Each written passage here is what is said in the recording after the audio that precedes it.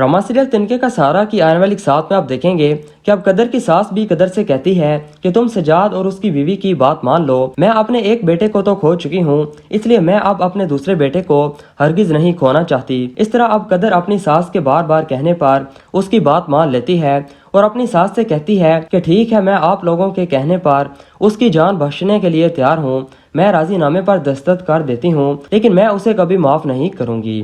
इस तरह अब सजाद और एमन अदीला बेगम के पास जाते हैं और उससे कहते हैं कि हमें आपकी बात मंजूर है, हम आपके भाई को खून बहा के बदले में माफ करने के लिए तैयार हैं। हमने इस बारे में बहुत सोचा और इसी नतीजे पर पहुंचे कि मुझसे मेरा भाई तो छीन गया है और ना ही अब हम उसे वापस ला सकते हैं, इसलिए हमें अब एक और बहन से उसका भाई नहीं छीनना चाहिए। और वैसे भी वासे की हमाद से कोई दुश्मनी तो थी नहीं, शायद हमाद की मौत ऐसे ही हादसाती तौर पर ही लिखी थी। अदीला बेगम कहती है कि मेरे पास अल्फाज नहीं है कि मैं किस तरह से आप लोगों का शुक्रिया अदा करूं।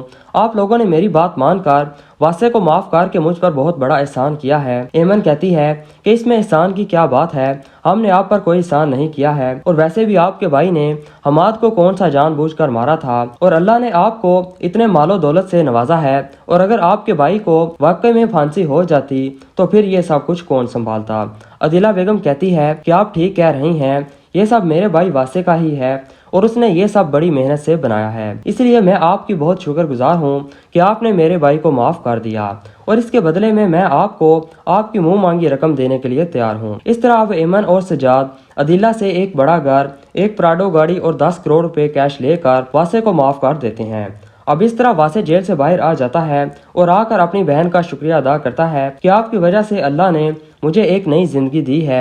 आप वाकई में मेरी बहन नहीं बल्कि मेरी माँ की जगह हैं और आज आपने ये साबित भी कर दिया है। अदीला बेगम वासे से कहती है कि ये सब मैंने अकेले नहीं किया है, इस सब में अगर दूरिया मेरा साथ ना देती तो मैं कभी भी ये सब कुछ अकेले ना कर पाती, और मैं ये समझती हूँ कि तुम्हारी आज इस हालत की वजह भी मैं ही हूँ, क्योंकि मैंने हमेशा तुम्हारे गुस्से को हवा दी और कभी तुम्हें रोकने की कोशिश नहीं की। लेकिन आज के बाद तुम्हें गुस्सा बिल्कुल भी नहीं करना है और अपनी बीवी और अपनी बेटी को बहुत खुश रखना है। अब वासे इस तरह बदल जाता है और सबके साथ बहुत अच्छे तरीके से रहने लग जाता है। दूसरी तरफ सजाद और एमन सब कुछ लेकर अलग हो जाते हैं। अब कदर अपना केटरिंग का काम दोबारा संभाल लेती है और इस सिलसिले में अब वासे और कदर का दोबारा आमना सामना हो जाता है और इनकी ये नई स्टोरी स्टार्ट हो जाती है।